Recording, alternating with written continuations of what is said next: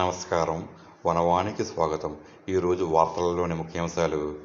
అల్లూరి జిల్లా రంపచోడవరంలో గ్రామదేవత కొండరెడ్ల ఆడపడుచుగా కొలువబడే పూజించే మాతృశ్రీ గంగాలమ్మ జాతర గిరిజన సాంప్రదాయ పద్ధతిలో ఎంతో ఘనంగా జరిగింది.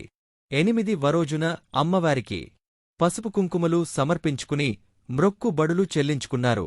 చివరి రోజు అనగా 9వ రోజు బుధవారం గ్రామోత్సవంతో పూర్తి అవుతుంది అని ఆలయ కమిటీవారు, ధర్మ ప్రచార భక్త మండలివారు తెలియజేశారు.